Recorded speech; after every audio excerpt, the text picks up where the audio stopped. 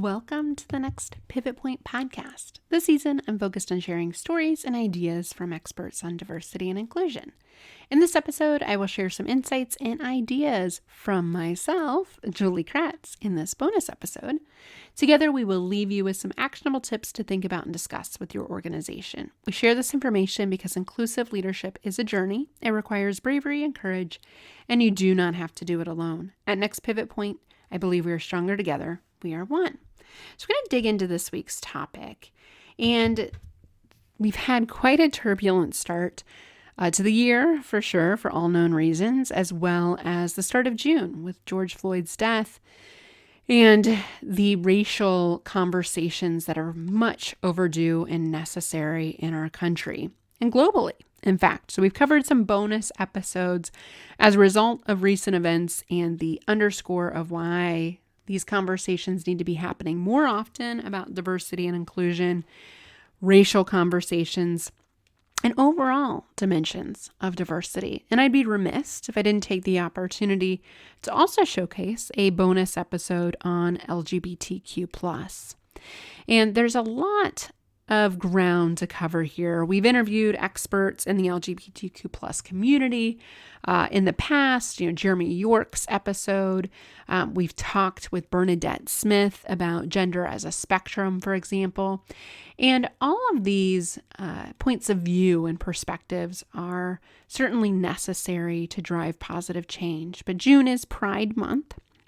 And for a lot of diversity, folks in the diversity work and profession and communities, we've kind of put things on hold. And Pride Month is no different. It's not safe to physically be celebrating in the parade style type of celebrations with thousands of people all crammed together in downtown spaces. However, there are a number of virtual celebrations, and I wanted to give a shout out to Bernadette Smith. We've followed her in past episodes, featured her work.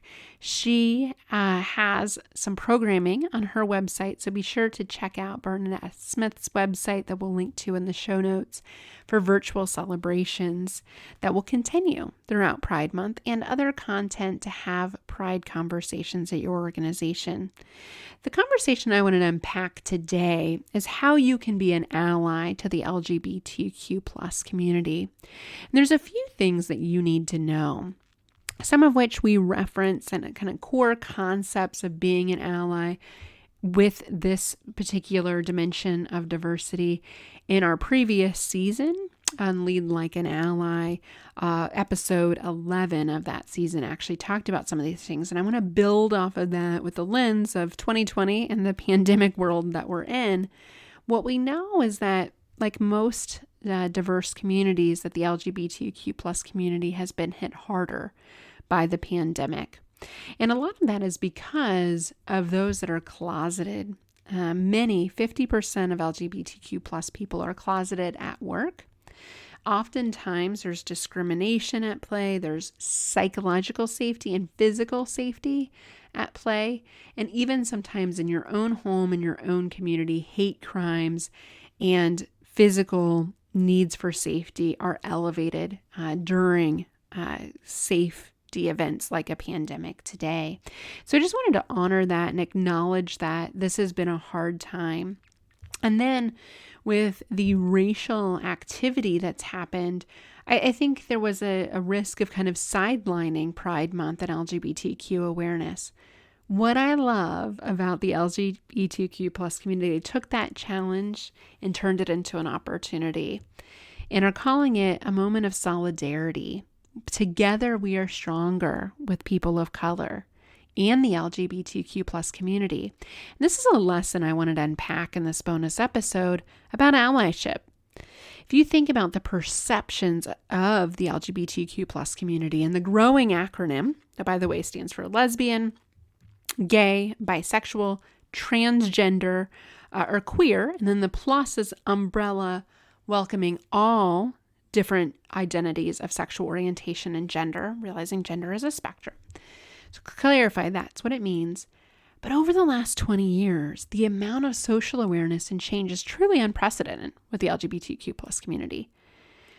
To go from a rate of social acceptance in the teens in the United States to well north of 2/3 of people supporting gay marriage and gay rights, that is tremendous social change in a very short, relatively short period of time. I'm sure that doesn't feel like it to those in the LGBTQ plus community, but certainly as an outsider, myself as an ally, and then work in the gender space and the race spaces, we are not seeing that level of progress and advance that swiftly. If you compare notes with women, for example, the data point that strikes me is, 20 years ago, women were roughly 5% of CEOs. We're up to 7% today. So very marginal gains.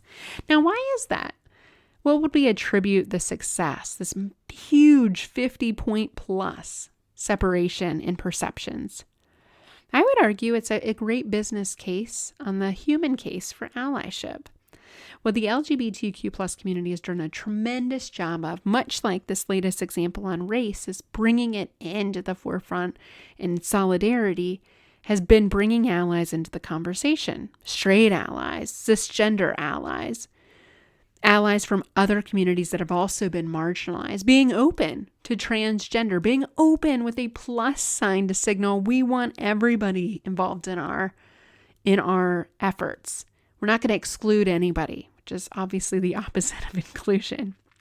And all that to say, what an opportunity to learn and grow and to recognize with our allies, especially straight allies, cisgender allies, allies that might not see themselves personally benefiting from the conversation on LGBTQ, is what can I gain? And one of the key factors of allyship is you got to make it personal. And this is another thing the community's done very well, is by knowing somebody in your family, a friend, someone in the community, you're more likely to support them and show up as an ally and empathize with the cause. I myself can testify to this. Growing up in a suburban Midwest community, there were not a lot of out gay people in the 1990s. And in fact, the word gay was used very derogatory. And oftentimes I remember being very young using that word and not even knowing what it fully meant.